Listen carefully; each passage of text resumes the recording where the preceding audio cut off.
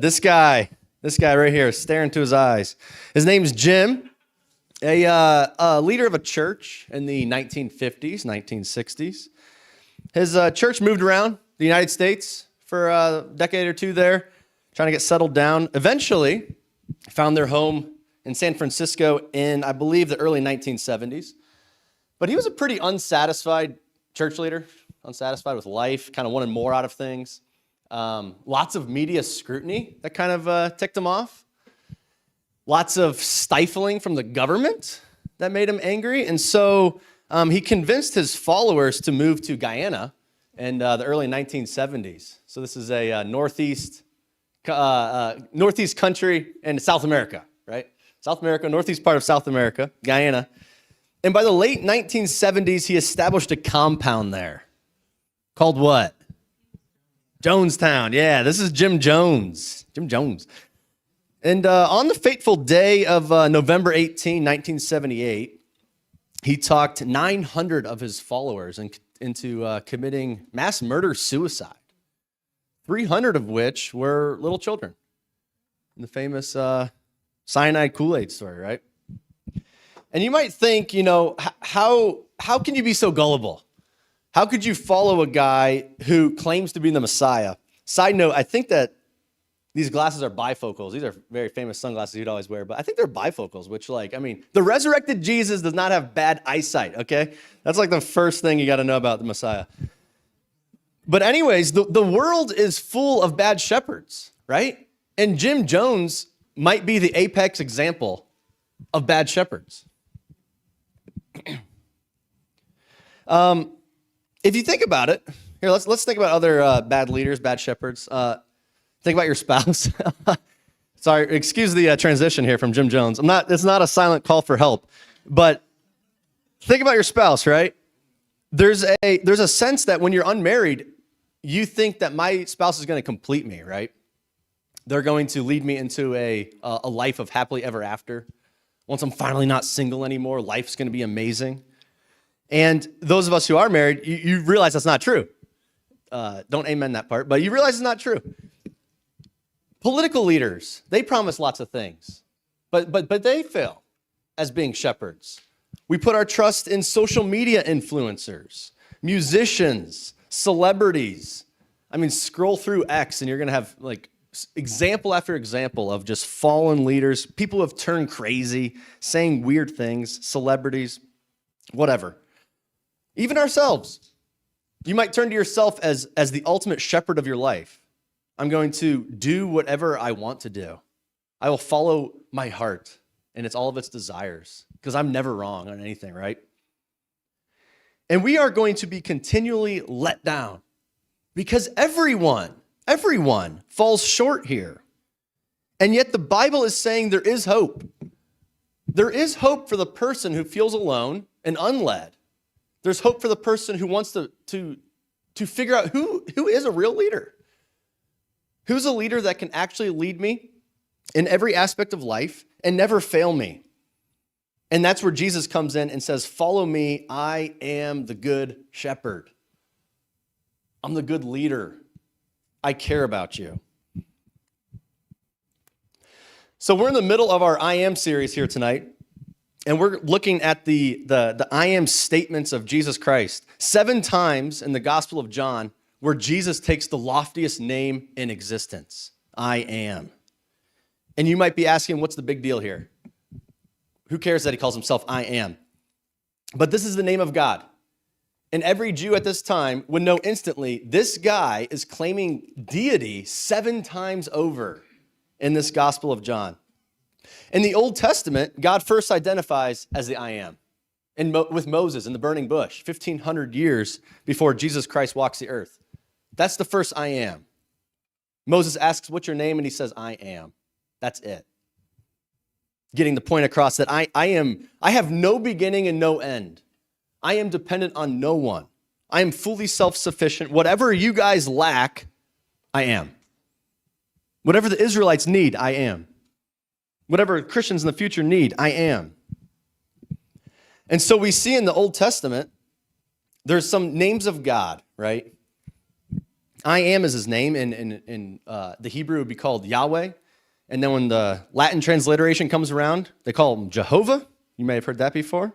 Both of these mean I am. I have 3 new ones here for you guys tonight. I'm trying to show a slide like this just to get us caught up to speed, anyone who's new to the series here. But here's 3 new ones. Jesus, God, in the Old Testament, he calls himself Jehovah Nissi. Jehovah Nissi, which means I am your banner. Or in other words, I am your rallying point in times of war. Jehovah Sidkenu, I am your righteousness. So you're a sinful human, but I'm your righteousness. God will see you as a sinner and in need of judgment unless you're covered by Jehovah Sidkenu, the righteousness of God. And Jehovah Rohi, I am your shepherd, which I thought was pretty fitting tonight. But many more names.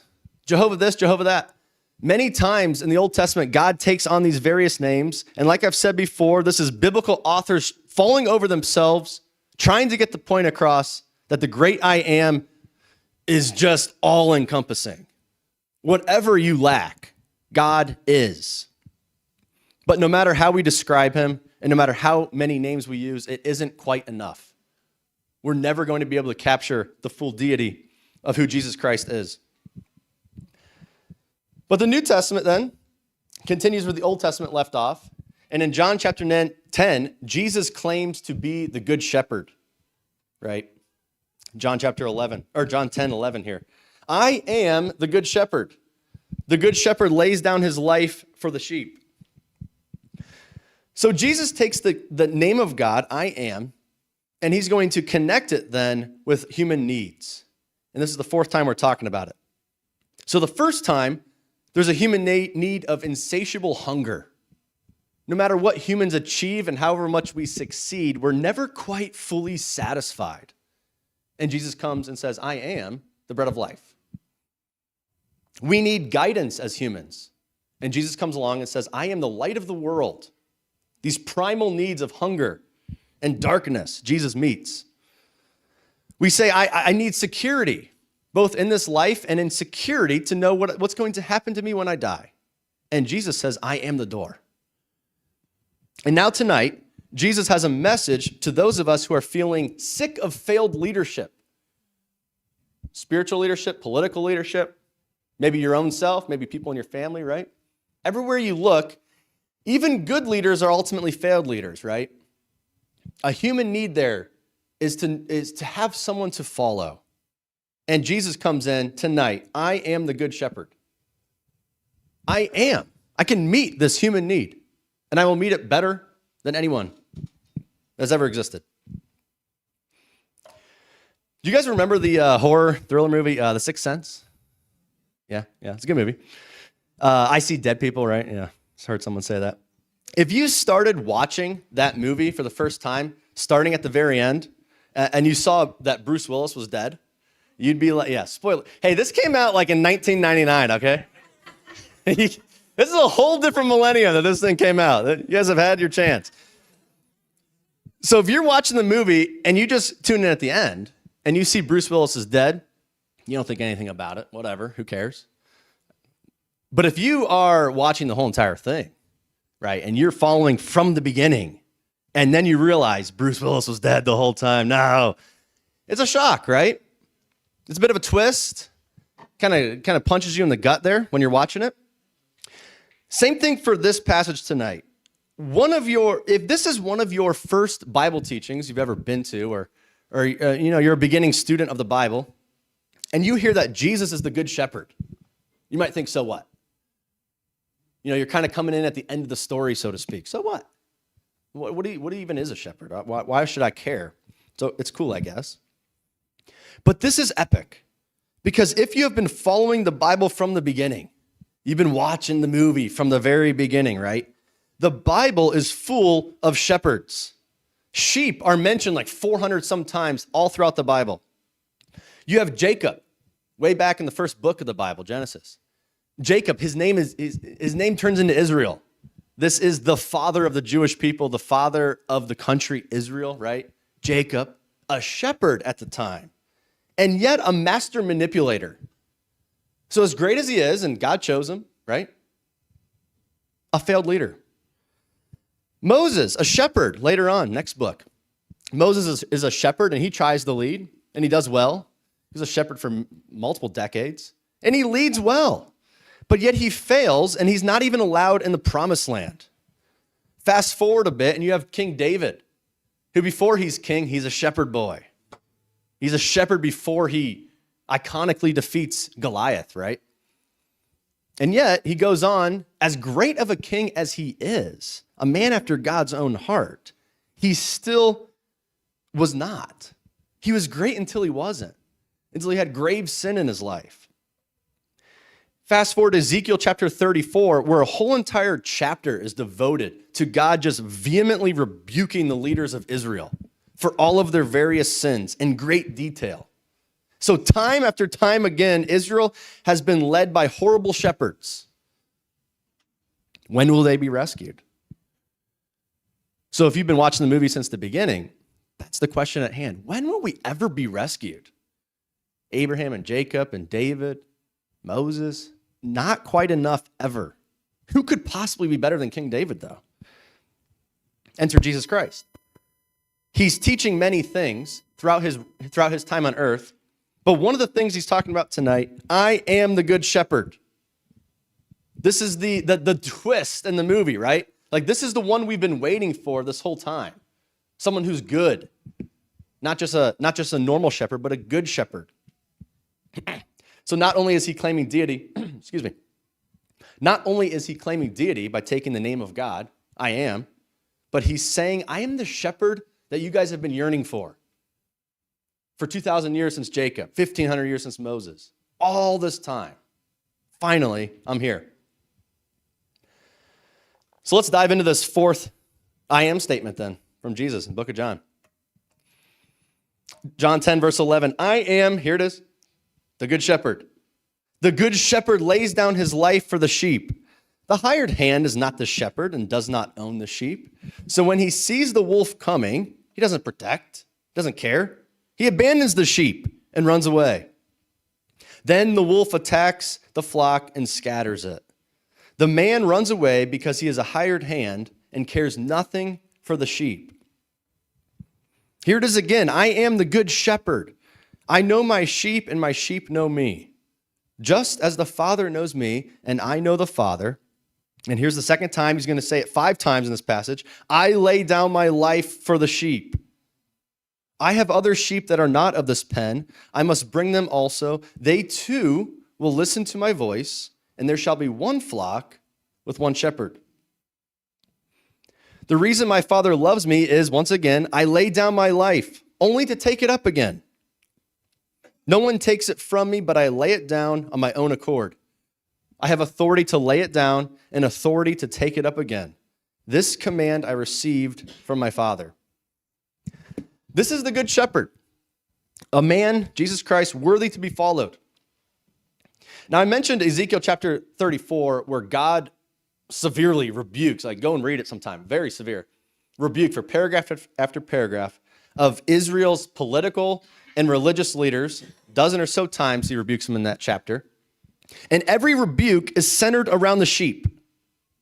That's their problem, right?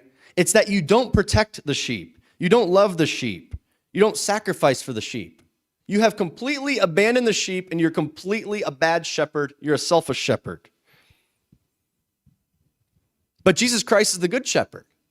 He's the only one worth following here. Now, shepherd implies leadership.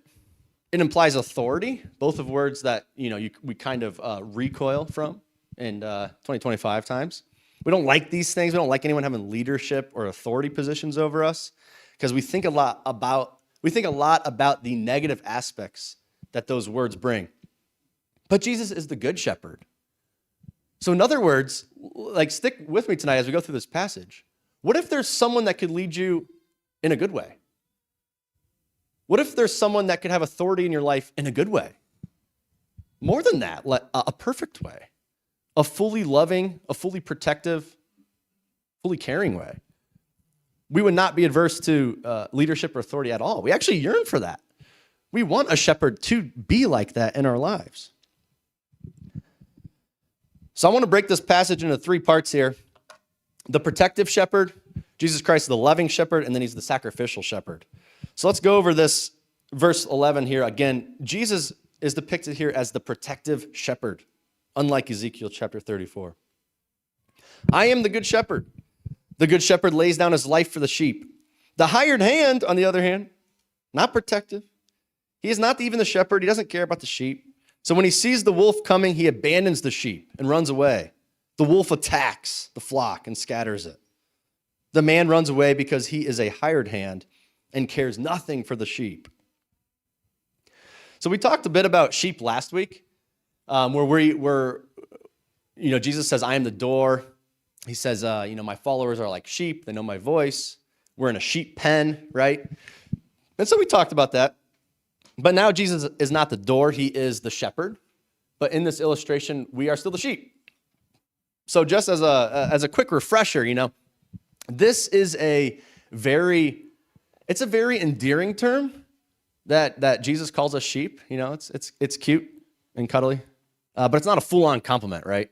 Kind of went over that last week. It's almost semi-insulting, but it's fun. It's endearing. Sheep are dumb, right? They're slow. They're clumsy.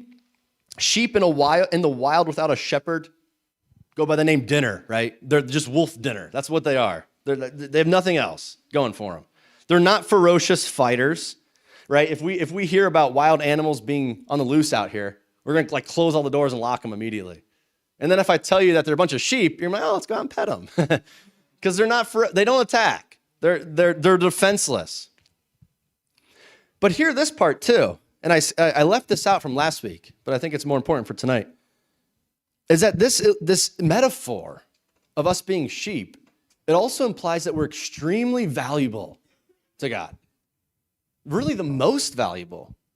There's probably not another more valuable animal that Jesus could have used as this metaphor, right? It's the reason that Jesus in other parts of Scripture says the good shepherd leaves the 99 to search for the one, because the one is valuable to him. You're valuable to him. It's the reason in this passage from last week, it says thieves and robbers break in to steal, because sheep are valuable. Something about them worth stealing. So shepherds at this time, right, they don't have money in the bank and that they're just raising sheep for fun or something. The sheep are their money. It is the 401k. They are the financial markets of the day. So there's the NVIDIA sheep and the Bitcoin sheep and the mutual fund sheep, right? That's the way it's working. Thanks, man. Test. Ooh, we're good. Right, those are there's only one asset class, and it's sheep, and that's how they're rich. That's what they're betting on. They're shorting the sheep market. Anyways, part of this metaphor then is Jesus Christ saying that you are incredibly valuable to me. I'm a shepherd. You're a sheep. You need a shepherd because you're kind of goofy, but you're very valuable. Like we can't miss that part about this metaphor. In other words, the question would be then, do you ache to be special to someone? You're special to Jesus Christ, right here in this passage. Do you yearn to matter to someone? You matter to Jesus. That's part of what we're looking for in a shepherd and a leader in life, right? Someone to follow us because they care about us and they value us and they want to lead us beside quiet waters because they care about my life and how I'm doing, how my family's doing. And that's what Jesus is. I'm the good shepherd. And he contrasts himself with the bad shepherd. He doesn't use that term, but he uses the term a hired hand, right? Oops, there's that sheep passage. Yeah, he uses the term hired hand. Imagine you're working at the 7-Eleven gas station when you're a teenager. And as 7-Elevens do, someone comes in at gunpoint to rob you, right? So you're 16 years old and you're thinking, I'm not dying for the 7-Eleven, right? Like there's no way. This is, you just look at the guy like, what kind of cigarettes do you want, man? Like here, I'm gonna pack a bag for you. Like here's the money, here's the 100, just take a bag and go. No teenagers thinking like this This is like the culmination of my life. I'm going to take a last stand for the 7-Eleven, my local 7-Eleven. You're not even going to take a paper cut to fix the Slurpee machine or something. Like no suffering whatsoever for the 7-Eleven. And it's funny when you think about that, but Jesus is saying that there's a hired hand then in a Christian leader, or just Christians in general, who don't care about souls of people. They don't care about the gospel in any way whatsoever. They are not going to serve people or protect people or serve the Lord if it's even just the tiniest inconvenience for them, right? Like if he has to defend from one little wolf coming, he could do it. He probably won't die. But why inconvenience myself? Like this is all about me. It's all about Jim Jones, right? Why should I care about caring about anyone else? Now, there's many, many great Christian leaders in the world throughout history, tons of them. And occasionally people will use leadership in bad ways, right? Leadership to as a position to harm the sheep. And so I just wanted to think about this for a second with just two application points for you guys for your edification to dwell on maybe. Number one is that we don't follow shepherds who don't follow the good shepherd. That's ultimately the telltale sign. How do I know not to follow Jim Jones? Well, he's not following the good shepherd. He's crazy. So instantly, he's out of it. Here, this part then is that some shepherds have ceased viewing themselves as sheep. Some shepherds have ceased viewing themselves as sheep. We need to always then view ourselves first and foremost as a sheep in the flock of God. I am but a sheep, no matter how awesome and powerful you may be, how much of the Bible you know, how many people you're leading to Christ, it's like you're still a clumsy sheep in God's eyes. And you're loved, but you're a sheep in God's flock. So before we can lead anything, big or small, for the Lord, are we being led by the Good Shepherd? If we're not following the Good Shepherd, then we're just totally off base. I know people personally who want a Christian following, a Christian in name following, but they explicitly deny that Jesus rose from the dead. Explicitly deny that Jesus is God. View him as an example, maybe. Like, hey, we got to just try to love like him, and it's good enough, however much you love him. But ultimately, it's just like a complete denial of the Good Shepherd. And we look at that, and you say, no way. I couldn't possibly follow a shepherd who's not following the Good Shepherd. Doesn't make any sense. And then secondly here, we follow Jesus out of a calling, not out of a job. That's his point about being a hired hand, kind of in it for the money. And maybe I could take that as plain literal reading, right? Being paid from Freedom Fellowships. You guys could take it as figurative literal, right? I mean, there's a point to be made there, even for the Christian who's not a pastor, right? It's still like a job in a sense. What's the difference between a calling and a job? How many moms out there realize that you guys had a calling and not a job, like really early on? Like waking up at 3 a.m. to puking, and again, another round of puking. You're like, this is a calling, not a job. You can't say like only puke 9 to 5, Monday through Friday. 3 a.m. comes along, and it's like, yep, I care. I actually care. And so I'm going to go clean up my little kiddo's puke because I'm called to, right? Called to love them. I love, you love being a mom. I love being a dad. I think about it like this a lot of the times. If I wake up tomorrow as a billionaire, right, what do? I don't need to work another day in my life. I would change a lot for sure if I was a billionaire, for sure. But I'd still keep a lot, right? Even if I'm a billionaire, like, are you convicted, even if you were a billionaire, that you would still make it part of your life to follow the Lord, share Jesus with people, right? No matter how much money I had, I personally would still want to teach about Christ at some level, right? I want to share Jesus, serve and follow Jesus Christ, talk to college students about Jesus Christ. There's lots of aspects of your walk that the Lord has called you to do, and it's like it goes above and beyond the hired hand paycheck. It goes above and beyond, maybe if you're not literally collecting a paycheck, right? It's above and beyond your sense of duty and obligation. Like, I guess I got to do this. My friends are doing it or something like that. But no, it's like, even if everyone left here, we all got hit by an asteroid except for you, it's like you would still, or I guess the question would be, would you still want to follow Jesus Christ and to lead people to Christ? That'd be the difference between duty and calling, right? So we follow Jesus out of this calling, and he's ultimately the good shepherd, but he teaches us how to be, lowercase s shepherds, right? Dads are shepherds of the family. Moms are shepherds. You're leading Oasis ministry, you're a shepherd. All sorts of different shepherding aspects that the Lord's example is great for our lives too. Jesus then is so different than this hired hand, right? The good shepherd lays down his life for the sheep, lays down his life for a dumb sheep. Like, he is pushing the metaphor to the wall, like as far as the metaphor could possibly go, and then he's pushing it a little farther because it sounds crazy, and it would sound crazy to them in the same exact sort of way. Like, what kind of shepherd's going to actually die for a sheep, right? Like, you got like 5,000 sheep at the time. You're not going to die for one of them. Like, it's like such a stretched metaphor. What is Jesus trying to say? You leave the 99 to go die for the one? Like, would you die for 1% of your portfolio? 1% of your net worth? No, you're not going to die for that. It's ridiculous. And yet Jesus is saying, I would die. And I did die, as we're looking at it on this side of the cross. We can see that he actually did die. So here, this point here, even if the whole world, the whole entire world was going to heaven except for you, he'd still come, and he'd die, and he'd rescue you. That's what he's saying. That's the good news of the gospel.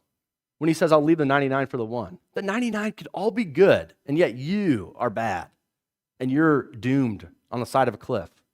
And he would die. He would lay down his life because not only is he the good shepherd, he's your good shepherd. This is the nature of Jesus Christ. Beautiful Jesus. So he is the protective shepherd. Secondly, he is the loving shepherd. I am the good shepherd. I know my sheep, and my sheep know me. Just as the Father knows me, and I know the Father, I lay down my life for the sheep. I have other sheep that are not of this pen. I must bring them also. They too will listen to my voice, and there shall be one flock with one shepherd. So 2 points I want to make about these verses. The first one is this. It's kind of it's one of those beautiful verses where it's just like this awesome macro picture and a really cool micro picture. The macro here is that Jesus' love is for the entire world. That's his point about other sheep, right? He wants there to be one flock, or another way we would say it, one capital C church. You may have heard that. And he's speaking here about the Gentiles. And that's just biblical language for all the nations, right? There's Jew, that's Israel, and then there's Gentiles, it's everybody else. So if you're sitting here and you're not a Jew, welcome aboard, you're a Gentile. Join the club. And Jesus is saying that I'm a shepherd to the Jewish people, but I'm also a shepherd to the entire world. And I love how he says there, I must go and do this. I must bring them also. It's like this idea that Jesus is he's like intensely pursuing us. Like he's compelled. Like he doesn't care about anything else. He just wants to rescue the entire world because he's the loving shepherd. And this idea of the flock, of him bringing us into the flock, is one of many points why Christianity is not some sort of solo sport, right? Second page of the Bible. It's not good for man to be alone. I know that's related to marriage, but it's related to the church too. What do I mean by this? It's that we are, as Christians, we're part of the capital F flock, but have you found a lowercase f flock, right? The local flock, so to speak. Now, it's not always easy to be part of the church, right? Part of a local church where there are a bunch of smelly Christians. Sheep bites, as it were. Some of us have been bitten by sheep. Fellow sheep bit us. Not exactly a fun time.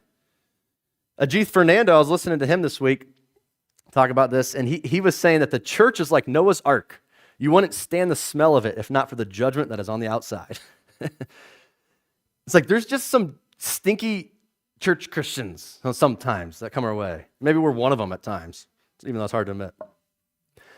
But the question would be, what group of Christians will I commit to and serve alongside of, even if it hurts sometimes? What group of Christians will I serve alongside of, even if I'm inconvenienced? Right? Is it a hired hand thing, or is it like I'm committed to a flock? I'm not even saying like it's not like a sales pitch for Freedom Fellowships. If this is your local flock, awesome, we love you, welcome. But it's just a point for get involved with a flock, right?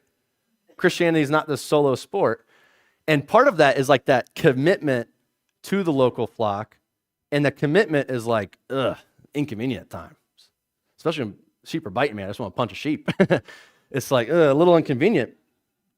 But yeah, the Lord's calling us for that. And ultimately, he wants one flock, of course. That's going to be his flock, the capital F flock. But on this side of eternity, we're in the lowercase f flock. It's like, which one is it? Have we thought about this personally? So Jesus' love is for the world, like I'm saying here, this macro picture, but it's also just brings it home, and his love is very personal, right? I know my sheep, and my sheep know me. And he likens it to the Trinity. Like my Father knows me. Like, whoa, that's a wild likening. Like this is the Holy Trinity. They're perfect, know each other perfectly for all of eternity. And it's like, this is how I know you. Whoa, what am I missing out on how personal Jesus' love is? I was listening to a guy this week tell a story about how he was singing My Little Sunshine to his daughter, trying to rock her to sleep. And then he comes back downstairs, and his wife's crying. And he's like, well, why are you crying? And she was saying that she just finds it very sweet that he's singing to their daughter, but she realized that she never had a daddy who sang to her like that. And it was a bit of an emotional moment for them, right? It's one of those, stop and talk for a couple hours in the night. It's intense. And they didn't tell anyone about this. No one. But later, a few weeks later, a few months later, a pastor was praying over them, and he stops, and he's like, I don't know why, but I feel like the Lord has put something in my heart, and I feel like I need to tell you something. I'm like, okay, go ahead. I'm not going to sing it, but he's telling me to say, you are my sunshine, my only sunshine. And he reports, he's talking about it and how they just absolutely came apart, broke down. It's like one of those miraculous moments that you remember for the rest of your life. Like the Lord actually cares about me. Like he is the heavenly Father that outshines any earthly father, even the one that I never had, right? And so they knew that the good shepherd was speaking right to them. It pierces the heart. Jesus knows his sheep, and his love for you is deep, and it's very personal like that. I'm not saying you're going to have some epic story like that tonight or whatever, but you might at one point in your life. And even if not, like there's a, as Romans says, a shedding abroad of God's love in your heart. Just the fact that you know the gospel, just the fact that you're a Christian is like an incredible amount of love that has been poured out in your life from the Lord. Think about this aspect of it, is that Jesus, because he knows you so intimately here, he knows everything dumb that we've done. He knows everything dumb that we will do over the next 5 years, right? He sees us all the way to the very bottom of our souls, and yet he completely loves us. That's the paradox of the gospel at play here, right? The paradox that Jesus sees your sin more than anyone else sees your sin, and yet he loves you more than anyone else. He sees you more clearly than anyone else, and he loves you more deeply than anyone else. It's just the beauty of God's love, the good news and the bad news of the Bible. The bad news is we're such sinners, and God knows it. But the good news is he loves us anyways. He's the good shepherd, the true Savior. So Christ is the protective shepherd. He's the loving shepherd. And then lastly here, sacrificial shepherd. Let's read again, 17. The reason my Father loves me is that I lay down my life, only to take it up again. No one takes it from me, but I lay it down on my own accord. I have authority to lay it down and authority to take it up again. This command I received from my Father. So 3 times here in this couple verses, and 5 times in our whole entire passage tonight, Jesus says, I lay down my life for the sheep. right? We admire a Secret Service agent that puts his life on the line, takes a bullet for the president, right? But has there ever been a president who takes a bullet for the Secret Service agent? No. And yet this right here is like it's that on a way greater scale. It's the king of the universe taking a bullet, so to speak, for sinful humanity. The creator taking a bullet for his creatures. Not only creatures, they're not great creatures, it's sheepy creatures who have sinned against him, hate him, and are his enemies. And then he's like, I'll still take a bullet for you. That's incredible. Here's a picture here. Father Maximilian Kolbe. He was a Polish Catholic priest, part of the resistance against Germany in World War II. And in 1941, Nazis burst into his home and took him to Auschwitz for the great crime of having unauthorized materials that he published, right? And while he was there, one of the prisoners ended up escaping. And so as punishment, the soldiers lined up the rest of the prisoners in the barracks and said, because your fellow prisoner escaped, we're going to choose 10 of you at random, put you in the starvation bunker to death. Starve to death. That's what happens there, right? And so as they're going along, they picked all the men. And as they picked one man, he broke down in tears, weeping because he has wife and kids at home. And so Father Kolbe stepped forward on his behalf. He puts out his hand and says, don't go. He goes forward. The soldiers kind of laugh at it, but they allow him to take his spot there. And so Father Kolbe and 9 others go into the starvation bunker. And after a while, after which normally would be sounds of, groaning, starvation pangs, anguish coming from the bunker, instead the prisoners who later on lived throughout the war, they reported sounds of hymns because Father Kolbe leading the 9 other people in singing, leading them in peace. All 10 of them were to die in a couple weeks, but they died a peaceful death because of Father Kolbe. And then this man, not picture here, that's Father Kolbe, but the man who was saved lived to be 93 years old. And he took every chance he could get, he says, to just tell about how Father Kolbe saved his life. Took any chance to tell about the story of the man who laid down his life for him. So much of that story pictures the gospel message of Jesus Christ, like quite literally taking our place. It's what Jesus means by I'm laying down my life for you, because you needed to lay down your life, but I'll do it instead. But one big difference is that that man did not betray Father Kolbe, whereas we have betrayed the Lord. And I think it just adds to the magnificence of the gospel.